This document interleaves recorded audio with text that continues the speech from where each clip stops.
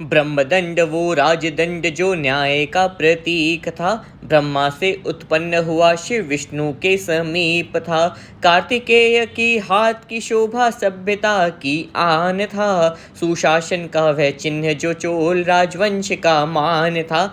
ऐसे सिंगुल को भी नेहरू की सुनहरी छड़ी बता दिया हमको। काल कोठरी में बंद कर आनंद भवन में सजा दिया उसको। देखने वाले देखते थे कि नेहरू सोने की छड़ी ही लेकर चलते थे। राजाओं जैसे शौक थे जिनके वो वैभव विलास में पलते थे। इतिहास के सब पन्नों से सिंगोल को ही हटा दिया। आज़ादी का वह प्रथम चरण जिसे जनता से ही छुपा दिया। मातृभूमि के साथ ही ऐसा अपने यहाँ षड्यंत्र हुआ। पश्चिमी सभ्यता को पूजा गया, भारतीय संस्कृति को पदभ्रष्ट किया। अंग्रेजों ने आज़ादी से पहले नेहरू से यह पूछा था जब सत्ता हस्तांतरण का आखिर किस परंपरा का पालन होगा अब। नेहरू को जानकारी नहीं थी भारत के पुरातन इतिहास की। वेद उपनिषद रामायण महाभारत आध्यात्मिकता ना पुराण की। नेहरू पहुँचे राजा जी के पास और मार्गदर्शन उनका प्राप्त किया। राजा जी ने दिखाया रास्ता, चोल राजवंश का व्याख्यान किया। बतलाया नेहरू को किस तरह राज्य का हस्तांतरण होता था। राजधर्म निभाने का वहाँ सिंगोल से नाता होता था। नेहरू मान गए राजा जी के परामर्श को। सिंगोल साक्षी बना नए भारत के आदर्श को। लेकिन सत्ता प्राप्त होते ही नेहरू की आध्यात्मिकता जाती रही। भारतीय संस्कृति सभ्यता नष्ट की, पश्चिमी आधुनिकता आती रही और देश खो गया नेहरू के माया जाल में। देश इतिहास भूल गया, फंस गया कई जंजाल में।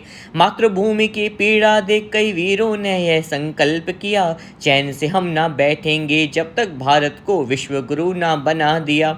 नरेंद्र मोदी की अगुवाई में समय ने फिर दस्तक दी। विश्व पटल पर भारत की नई छवि अंकित होने लगी।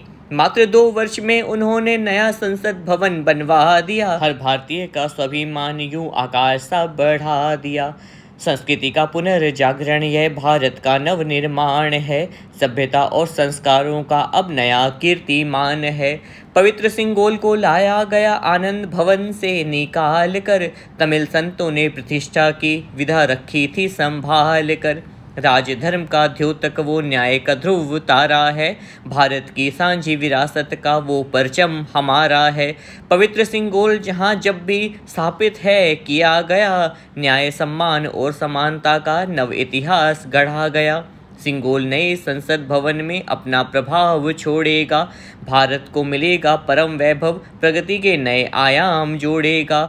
परम वैभव की प्राप्ति अब भारत की निश्चित है।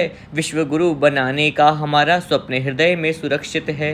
भारत माँ का वैभव हमें पुनः मातृभूमि को लौटाना है।